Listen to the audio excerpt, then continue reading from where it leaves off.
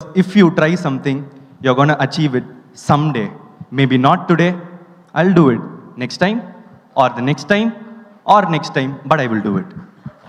Indian cinema की जितनी भी सक्सेसफुल इंडस्ट्रीज हैं वो हमेशा से न्यू एंड फ्रेश टैलेंट्स को मौका देते आई हैं। फिर चाहे वो तेलुगु सिनेमा में हनुमान जैसी फिल्म से तेजा सज्जा की एंट्री हो या फिर कन्नड़ा से केजीएफ कांतारा जैसी फिल्में। मलयालम सिनेमा की तो बात ही अलग है, उन्होंने सबसे ज्यादा न्यू एज एक्टर डायरेक्टर्स को अपॉर्चुनिटी दी है। Films like Premalu, Manjummel boys, Aattam, Aavesham, इन फिल्मों में आपको भर भर के फ्रेश टैलेंट्स देखने को मिलते हैं। इवन बॉलीवुड में नेपोटिज्म होने के बावजूद टैलेंट्स लाइक लक्ष्य लालवानी, राघव जुयाल, कार्तिक आर्यन, तृप्ति दिमरी, इस तरह के लोगों को भी अपॉर्चुनिटी मिली है। But when it comes to Tamil cinema तो वहाँ पे स्टार वर्शिप और उनकी मास मसाला फिल्मों ने कॉलीवुड पे इतने सालों से जो ग्रहण छाया है, इसकी वजह से रजनी सर, थलपति, सूर्या, धनुष के पास ही सारी की सारी फिल्मों के स्क्रिप्ट ट्रिटर जाते रही हैं। लेकिन फिर भी इतने सारे बैरियर्स होने के बावजूद भी इसी फिल्म इंडस्ट्री से बिना किसी कनेक्शन होने के बावजूद एक बंदा आता है जो अपनी शॉर्ट फिल्मों से ऑडियंस को ऐसा इन्फ्लुएंस करता है कि ऑडियंस ही उसे स्टार बना देती है। और ऑडियंस तो ऑडियंस, नागार्जुना जैसे सुपरस्टार भी कहते हैं कि ये बंदा अगला रजनीकांत या थलपति होने वाला है। तो हमारी सबसे successful series rise of star में आज हम फिर से एक ऐसे इंसान के बारे में बात करने वाले हैं जो तमिल सिनेमा के स्टीरियोटाइप्स लाइक मास मसाला फॉर्मेट, स्टार वर्शिप को तोड़ के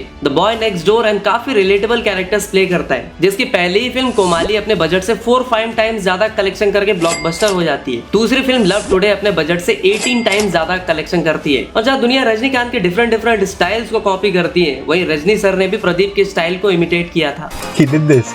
Like, when I saw Rajini sir doing what I did on screen, like, तो राइज ऑफ स्टार के इस नए एपिसोड में हम आपको प्रदीप रंगनाथन की इंटायर जर्नी के साथ साथ उनकी अपकमिंग फिल्में और कुछ ऐसी बातें बताएंगे जो आप शायद ही जानते होंगे। जैसे कि अभी रिसेंटली एक रिपोर्टर ने खुलेआम प्रदीप को यहाँ तक कह दिया कि आप हीरो जैसे तो किसी भी एंगल से नहीं दिखते, तो आप यहाँ तक कैसे पहुंच गए। प्रदीप के पापा आज भी लाइमलाइट से दूर रहकर मस्त अपनी जेरोक्स की शॉप चलाते हैं। इवन प्रदीप रंगनाथन की पहली फिल्म के रिलीज से पहले ही रजनी सर के फैंस उनके अगेंस्ट मोर्चा तक खोल देते हैं। सो डिटेल में बात करते हैं कि एवरेज IT गाय से एक राइटर, डायरेक्टर, एक्टर और आज एक प्रोड्यूसर तक बन चुके प्रदीप रंगनाथन की इंटायर जर्नी पे। तो जैसा कि मैंने कहा कि आज एक actor, director, writer, lyricist and producer, Pradeep Ranganathan was born on July 25, 1993 in Chennai. हाँ भैया, ये भी 90s किड ही हैं। तो भाई साहब बचपन से ही काफी स्टूडियस होते हैं, हमेशा से 90% प्लस स्कोर करते हैं, इसलिए प्रदीप को भी वही करने को कहा जाता है जो सब करते हैं। तो एक मिडिल क्लास फैमिली में पैदा होने और वही रैट रेस में दौड़ते हुए उन्होंने भी एक बेटर लाइफ की तलाश में और पेरेंट्स की एक्सपेक्टेशंस को सराखों पे रखते हुए SSN कॉलेज ऑफ इंजीनियरिंग से इंजीनियरिंग की डिग्री ली और IT मजदूर बन गए। मेरा मतलब common path for middle class Tamil Nadu youth offering stability and societal approval. लेकिन भैया सिनेमा का भूत कुछ ऐसा होता है कि अगर इसने आपको एक बार धर लिया तो फिर आपसे इसे कोई उतार नहीं पाता। और प्रदीप रंगनाथन के साथ भी कुछ ऐसा ही होता है। वो सिनेमा को सिर्फ व्यूअर की तरह एंजॉय करने के लिए नहीं देखते, बल्कि खुद एज अ क्रिएटर उसे बनाने का भी सोचते हैं। अब देखो, जेब में उतने पैसे तो होते नहीं और बात की लेगेसी यानी कि विरासत में फिल्मों का नेटवर्क और नेटवर्क कुछ भी नहीं मिलता। तो ये अपनी बुद्धि का पूर्ण इस्तेमाल करते हुए 2014-2015 के आसपास शॉर्ट फिल्में बनाने की सोचते हैं और कुछ शॉर्ट फिल्में बनाते भी हैं लाइक कॉलेज कुमार, व्हाट्सएप का ढाल एटसेट्रा। और अपनी इन शॉर्ट फिल्मों को या तो ये खुद अपनी बची खुची सेविंग से प्रोड्यूस करते हैं और even as an editor freelancing का काम करके पैसे भी जुगाड़ते हैं। अब माना कि शॉर्ट फिल्मों का बजट काफी कम होता है, फिर भी ये प्रदीप के औकात से काफी ज्यादा होता है, इसलिए उन्होंने क्राउड फंड का भी सहारा लिया होता है, जिसमें उनके दोस्तों ने उनकी काफी मदद की होती है। फिर भी पैसे की जरूरत पड़ने पे वो अपने बड़े भैया दीदी के पास भी पहुंच जाते हैं और ये सारा हसल उन्होंने अप्रोक्स 1.5 साल तक किया होता है और उसके बाद जाकर के उन्होंने जॉब क्विट किया होता है। और ये जॉब क्विट करना भी इतना आसान नहीं था, इसमें हम आगे बात करेंगे। बट पहले बात करते हैं उस शॉर्ट फिल्म की। तो 2025 में आई व्हाट्सएप का ढाली वो शॉर्ट फिल्म होती है जिसके सक्सेस के बाद ही प्रदीप श्योर हो जाते हैं कि भाई अब तो यही करना है। फिल्म का थीम भी उस टाइम के अकॉर्डिंग काफी सही होता है, जहाँ पे आशिकी कबूतर जा से ऊपर आके व्हाट्सएप पे लड़ाई जा रही होती है और व्हाट्सएप के जरिए लड़की पटाई जा रही होती है। इसलिए उस टाइम की यंग जनरेशन इस फिल्म से काफी कनेक्ट कर पाती है। आज से 10 से 11 साल पहले यूट्यूब पे आई इस फिल्म पे उस टाइम पे 3.7 मिलियन व्यूज आ जाते हैं, जो कि 2015 में एक बहुत बड़ी अचीवमेंट होती है, क्योंकि उस टाइम तक जियो मार्केट में आया नहीं होता और यूट्यूब भी एक लग्जरी होती है। ये वो टाइम होता है जब लोग एयरसेल, यूनिनॉर के सस्ते 8-10 रुपए वाले टॉपअप रिचार्ज किया करते थे सिर्फ ब्राउजर में फेसबुक एक्सेस करने के लिए या फिर हनी पाजी का गाना डाउनलोड करने के लिए। और फिल्म को लेकर अपने पैसन के बारे में जब प्रदीप रंगनाथन के पापा को पता चलता है तो बहुत ही नाराज होते हैं और यहाँ तक कह देते हैं कि बेटा ये सब इतना आसान नहीं होता।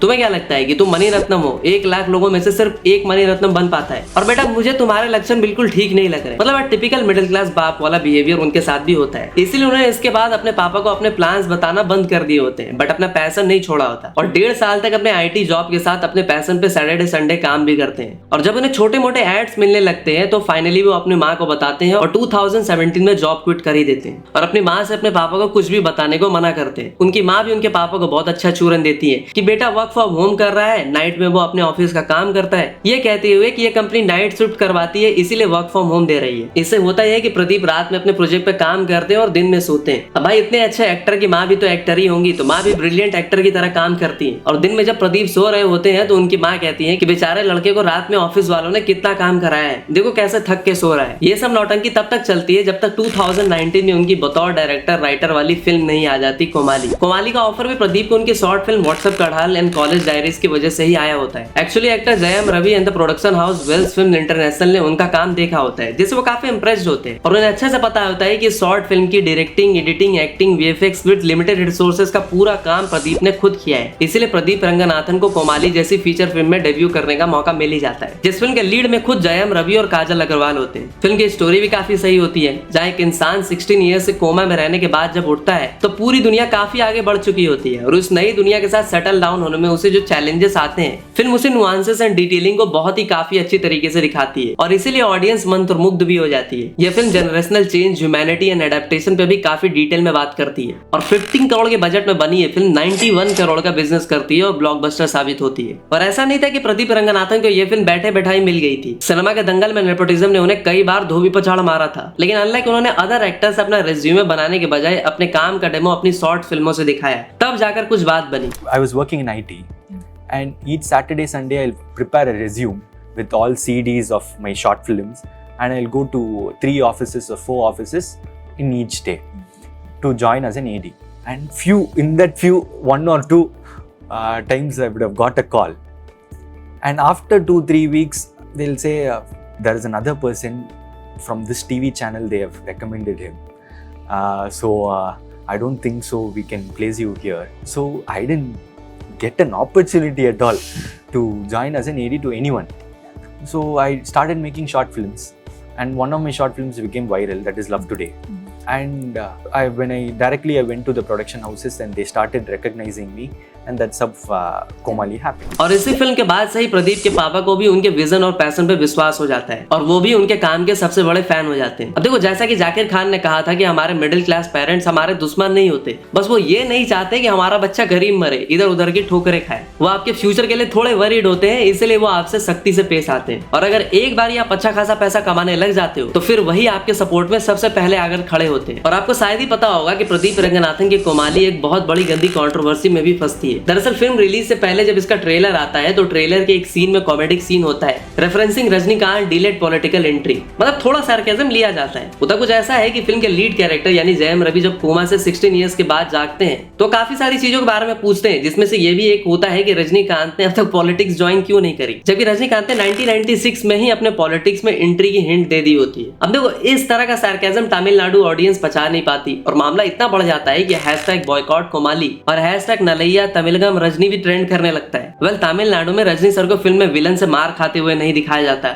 उनकी फिल्मों के रिलीज पे ऑफिशियल छुट्टी अनाउंस कर दी जाती है, उनके मंदिर बनाए जाते हैं, तो भाई ऑडियंस को गुस्सा आना तो लाजमी था। इवन फिल्म के लीड एक्टर जयम रवि कहते हैं कि वो भी रजनी सर के बहुत बड़े फैन हैं। नए नए डायरेक्टर प्रदीप रंगनाथन भी कहते हैं कि भैया हमारा ऐसा कोई इंटेंशन नहीं था, बट फाइनली उन्हें ये सीन फिल्म रिलीज से पहले हटाना पड़ता है। तब जाकर ये फिल्म 15 अगस्त 2019 को रिलीज होती है और मुझे लगता है कि कोमाली की सक्सेस में इस कंट्रोवर्सी का भी बहुत बड़ा कंट्रीब्यूशन होता है, क्योंकि इस कंट्रोवर्सी की वजह से एटलीस्ट सबको पता तो चल जाता है कि कोमाली नाम की कोई फिल्म आ रही है। और जब इस फिल्म के सक्सेस से खुश होकर प्रोड्यूसर उन्हें एक लग्जरी कार ऑफर करते हैं तो प्रदीप उनसे रिक्वेस्ट करते हैं कि सर मुझे ये कार नहीं चाहिए, मुझे इतने ही अमाउंट का कैश या कैश इक्विवेलेंट दे दीजिए। और प्रोड्यूसर भी मान जाते हैं और यही प्रदीप रंगनाथन का सबसे वाइज डिसीजन भी होता है, क्योंकि 2020 में लॉकडाउन हो जाता है और 2022 तक उनकी कोई फिल्म नहीं आती, तो 3 साल वो अपनी फीस और इन्हीं पैसों से गुजारा करते हैं। वेल देखो, जो इंसान 4-5 घंटे सो करके एडिटिंग सीख के अपने शॉर्ट फिल्मों को खुद एडिट कर सकता है, इस तरह के स्ट्रगल कर सकता है, उसे अगर पैसे की इंपॉर्टेंस नहीं पता होगी तो किसे पता होगा। 2019 में इस फिल्म के 3 साल बाद प्रदीप को अब जाकर उनके करियर की सबसे बड़ी फिल्म ऑफर होती है और वो फिल्म होती है लव टुडे, जिसमें वो एज अ राइटर डायरेक्टर के अलावा एज अ लीड एक्टर भी डेब्यू करते हैं। फिल्म की कहानी भी बड़ी मस्त होती है। फिल्म में प्रदीप रंगनाथन के कैरेक्टर का नाम भी प्रदीप ही होता है, जो कि कॉग्निजेंट चेन्नई में एज अ सपोर्ट इंजीनियर का काम करता है और अपनी माँ और अपनी दोनों बहन, छोटी वाली सरस्वती और बड़ी वाली दिव्या के साथ रहता है और इनके पापा सालों पहले गुजर चुके होते हैं और ये बंदा निकिता जो कि इन्फोसिस में सॉफ्टवेयर इंजीनियर होती है उसी के प्यार में पड़ जाता है, जिसके पापा होते हैं वेणु शास्त्री, मतलब एक अजीब किस्म का लॉयर जिसे प्रदीप कुछ खास पसंद नहीं होता। अब प्रदीप भी निकिता से शादी करना चाहता है लेकिन उसके बाप के डर से बेचारे की फटती है। लेकिन जब फाइनली लड़की का पप्पा यानी कि वेणु शास्त्री को उनके रिलेशनशिप के बारे में पता चलता है तो प्रदीप को एक दिन घर बुलाते हैं शादी की बात करने के लिए। लेकिन जब प्रदीप घर पहुंचता है तो वेणु शास्त्री एक कंडीशन रख देते हैं कि भैया तुम दोनों अपने अपने स्मार्टफोन को 24 आवर्स के लिए एक दूसरे के साथ स्वैप करोगे, उसके बाद भी अगर तुमको लगेगा कि हाँ तुम्हें एक दूसरे से शादी करनी चाहिए then I don't have any problem. और आगे क्या होता है ये जानने के लिए भाई फिल्म हिंदी में नेटफ्लिक्स पे प्रेजेंट है तो आ जाकर आराम से देख लेना। और मैं भी किसे बता रहा हूँ, मेरे आधे से ज्यादा सब्सक्राइबर साले जुगाड़ू हैं, हर फिल्म का जुगाड़ लगा ही लेते हैं। पर भाई कौन कौन कहाँ से जुगाड़ लगाता है आज सच सच कमेंट सेक्शन में बताना।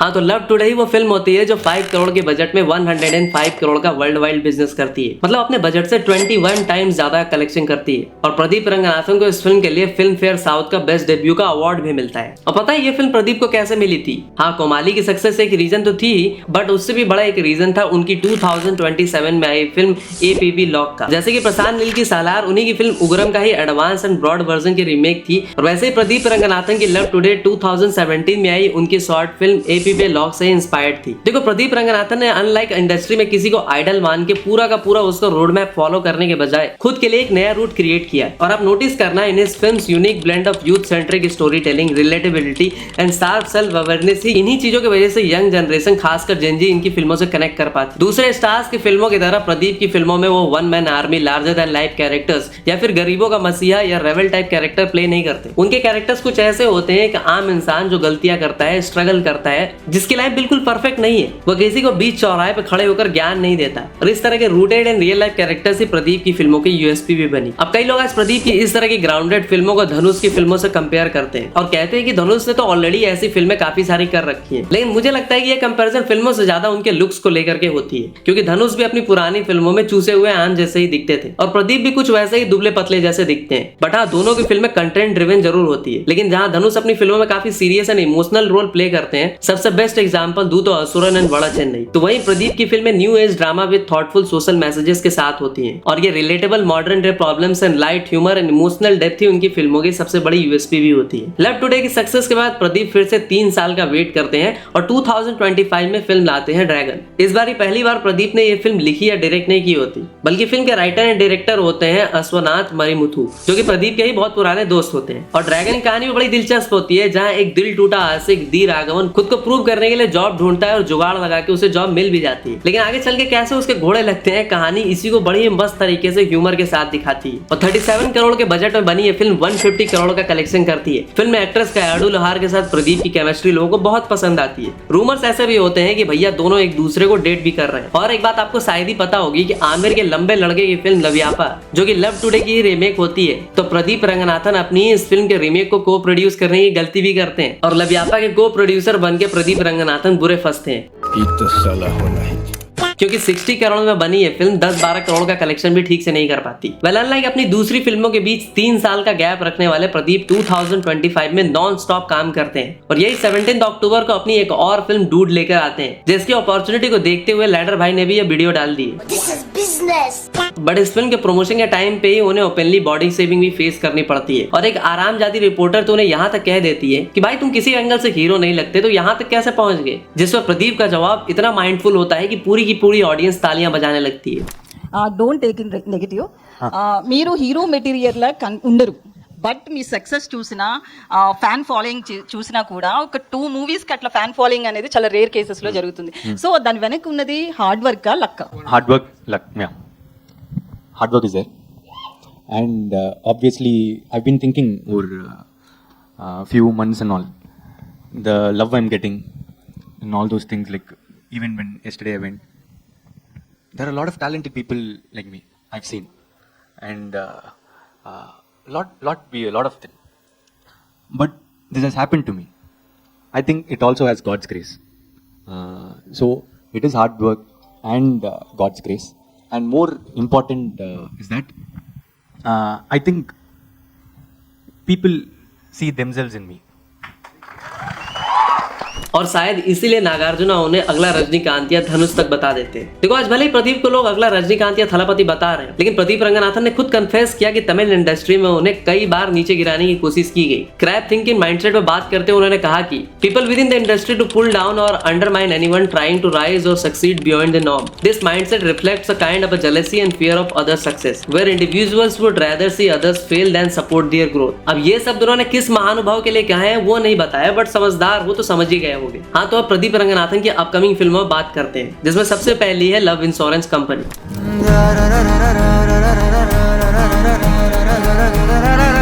इस फिल्म को विघ्नेश शिवन डायरेक्ट करेंगे और नयनतारा इसे प्रोड्यूस कर रही है। एस जे सूर्या, योगी बाबू, कीर्ति शेट्टी जैसे कास्ट लीड में होंगे। बजट अप्रॉक्स 60 करोड़ का है और इसे 18 दिसंबर 2025 में ही रिलीज किया जा रहा है। बट मुझे लगता है कि प्रदीप रंगनाथन को टाइम लेके एक यूनिक एंड फ्रेश कॉन्सेप्ट वाली फिल्म ही करनी चाहिए। जल्दी जल्दी साल में 3-4 फिल्में नहीं लानी चाहिए, जिससे कि ऑडियंस उनकी फिल्मों के लिए वेट करे और जब वो फिल्में आए तो फाड़ के रख दे। इससे होगा ये कि वो पैन इंडिया के सबसे यंगेस्ट स्टार भी बन जाएंगे। तो हाँ, लव इंश्योरेंस कंपनी के अलावा 2 और projects early pre production stages में है। और एक बारी प्रदीप ने थलापति को भी डायरेक्ट करने की बात कही थी, बट अभी तो बंदा पॉलिटिक्स में एंट्री ले चुका है। बट हारने के बाद जब फिर से थलापति फिल्मों में वापस आएंगे तो प्रदीप के साथ वो फिल्म जरूर करेंगे। After Love Today, I think you said that you narrated a script to Vijay, or you had a script for Vijay. இல்ல narrate பண்ணீங்களா? After Komali, sir. After Komali, right. அந்த இடத்துல இப்போ now he's retiring or semi-retired or whatever it is. So if you had to replace, can you use that story for some other big hero? That was the story that I said. அதான் அந்த sci-fi action. Yeah. அதான் சொன்னீங்களா? ஆமா, அதான். Now you want to act in that. It is not I want to act, I can't do that story now. Apart from this future में वो Rajni sir को भी डायरेक्ट करना चाहते हैं। तो भाई ये थी प्रदीप रंगनाथन की एंटायर जर्नी। और हाँ, हमेशा की तरह आपसे 3 सवाल। फर्स्ट, प्रदीप की किस शॉर्ट फिल्म की वजह से उन्हें पहली फीचर फिल्म ऑफर हुई थी? सेकंड, प्रदीप को किस फिल्म के लिए फिल्म फेयर साउथ का बेस्ट डेब्यू का अवार्ड भी मिला था? थर्ड, प्रदीप ने कौन सी बॉलीवुड फिल्म को को प्रोड्यूस करा था? तो आंसर जरूर देना। लैडर भाई मिलता है आपसे अगले एपिसोड में, तब तक के लिए हर हर महादेव।